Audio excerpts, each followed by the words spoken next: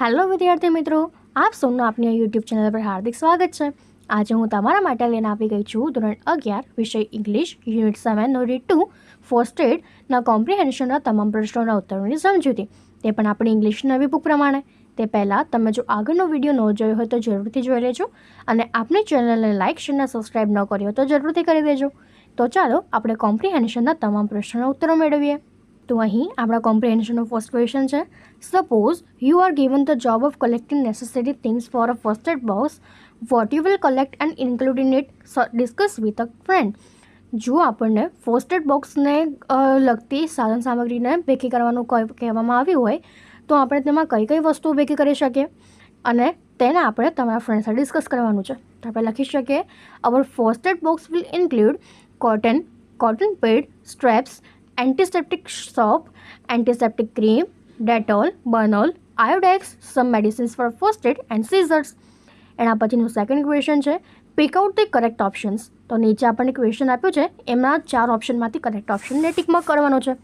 તો આપણું ફર્સ્ટ છે, it is very essential that an injured person receives first aid because. તો એનો આપણો કરેક્ટ ઓપ્શન થશે ઓપ્શન સી, કે early treatment of any injured people generally makes sure he or she is safe। એના પછીનો આપણો second question છે, in case of severe burn. તો એનો ઓપ્શન થશે ઓપ્શન એ, give the injured person a lot of water to drink. એના પછી આપણું થર્ડ છે, કે squeeze the nose between your thumb and forefinger in case of nose bleeds. તો તે થશે ટ્રુ। એના પછી આપણને ફોર્થ આપ્યું છે, it is necessary to wash the injured areas properly with the antiseptic soap and water in case of। તો તે થશે option B, cuts and bites wounds। એના પછીનો હવે આપણો ફિફ્થ છે, ટોર્નિકેટ હેલ્પ્સ ઇન ફ્લો। તે થશે ઓપ્શન એ, રિડ્યુસિંગ બ્લડ। એના પછીનો હવે આપણો થર્ડ ક્વેશ્ચન છે, prepare a check list for every type of injury. તો આપણે જે દરેક પ્રકારની ઇન્જરી હોય છે એના માટે લિસ્ટ બનાવવાની છે। તો આપણે સૌપ્રથમ લખી શકીએ કે બર્ન્સ। તો એના માટે લખાય કે keep injured person comfortable, take the injured person to the hospital as soon as possible, give him or her a lot of water to drink.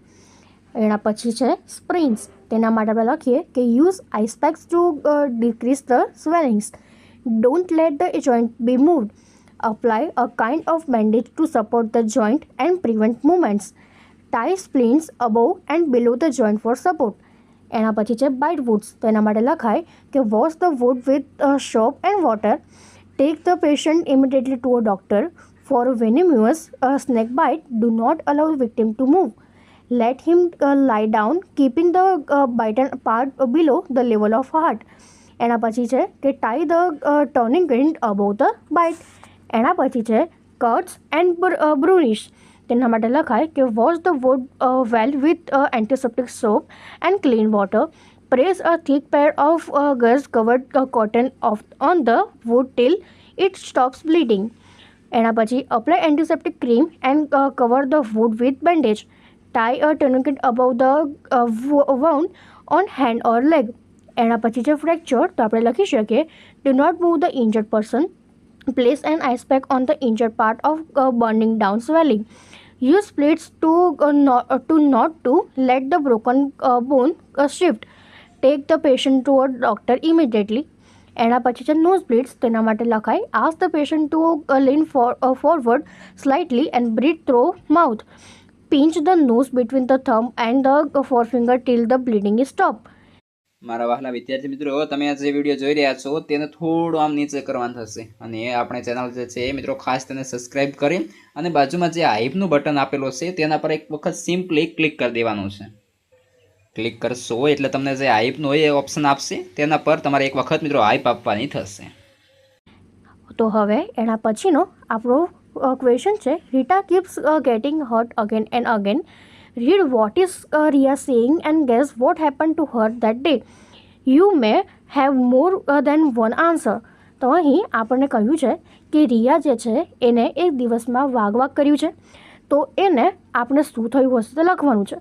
તો ફર્સ્ટમાં આપણને કહ્યું છે, my friend gave me a lot of water and took me to the hospital. તો I think Riya had severe burns. એના પછી છે I think Samira was grabbing the chance to pinch nose and hurt me I don't like her. તો તે થશે I think Riya had severe nose bleedings. એના પછી third છે કે Rohit is very good at tying a tourniquet. I will keep these in mind for next time. I think Riya had a deep cut on her hand or leg. એના પછી last છે કે my friend made me lie down and stay comfortable. I think Riya had a venomous snake bite. તો હવે એના પછીનો આપણો fifth question છે state whether the sentences are true or false. આપણે નીચે સેન્ટેન્સ આપ્યા છે, સાથે છે કે ખોટા તે લખવાના છે. ફર્સ્ટ છે કે all injuries can more or less be treated in the same way. તે થશે false. In case of bite wounds, make sure you know what has bitten the injured person. True. A tourniquet is used in case of fractures. False. A splint is used in case of cuts and wounds. False. Bind any wound only with gauze and medical or sterilized bandage. That's true. તો આ રીતે આપણે તે લખી શકીએ છીએ. અને એના પછીનો આપણો લાસ્ટ છે કે make sure that only a trained medical person provides first aid to the victim. તો તે થશે આપણો ફોલ્સ. તો અહીં આપણો આ જે એક્ટિવિટી છે પૂર્ણ થાય છે. જો તમને કોમ્પ્રિહેન્શનના ક્વેશ્ચનમાં કોઈ ડાઉટ હોય તો તમે કોમેન્ટ સેક્શનમાં જરૂરથી જણાવી શકો છો. અને આપણી ચેનલને લાઇક, શેર અને સબસ્ક્રાઈબ જરૂરથી કરી દેજો. Thank you.